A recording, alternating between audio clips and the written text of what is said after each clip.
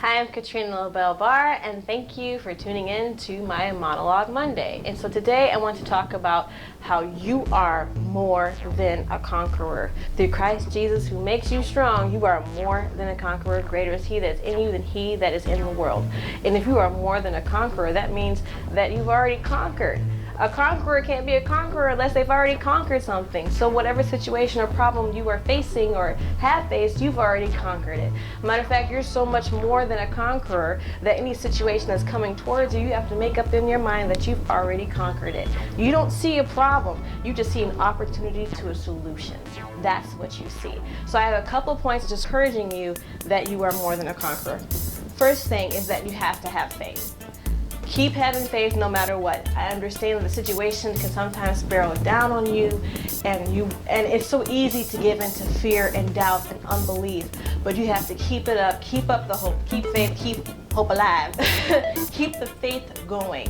And faith without works is dead. So if you got to get out there and do something to activate your faith, if you want to go out for a promotion, then you need to walk in faith and start learning the steps that you need to take in order to have that position.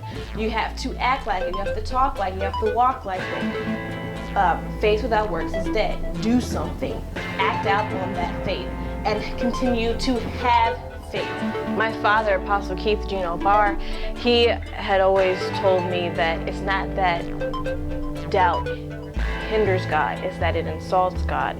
God is, he can do anything. He can do the impossible. So we, as believers, need to believe the impossible. So all that doubt and unbelief, get it out of there, okay?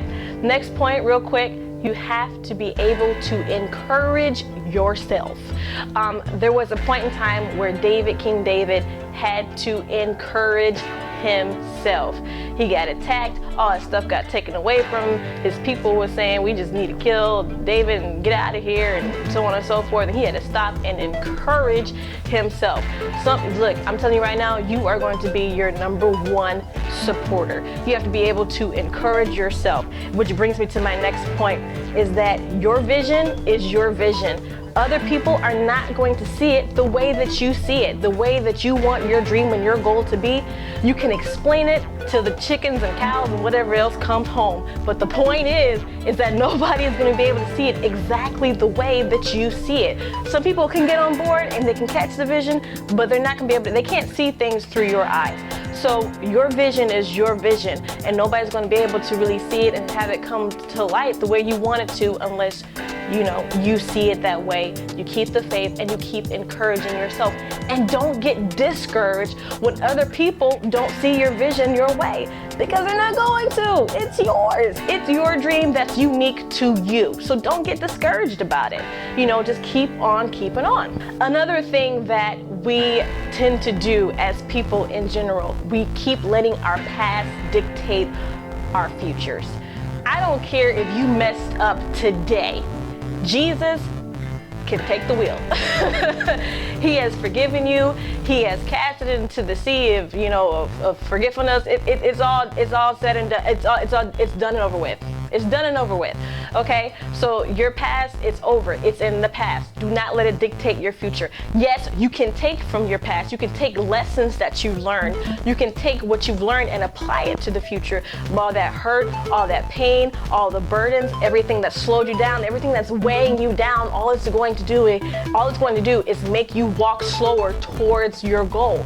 Take all that off, take all your burdens off, give it over to God so you can run towards your vision. Because all it's going to do is just drag you down. Do not let your past dictate your future. You are moving forward. You can't move forward and move backward at the same time. You have to make a decision, make a choice. Let it all go. Do not let the enemy trick you into thinking, oh, you've sinned too much, you've done too much, you don't deserve this, and so on and so forth, and blah, blah, blah, blah, blah, blah, blah. All that is white noise to get you to think that you don't deserve the blessing and the dream that God has given you in the first place. Do not let your past stop you from moving forward.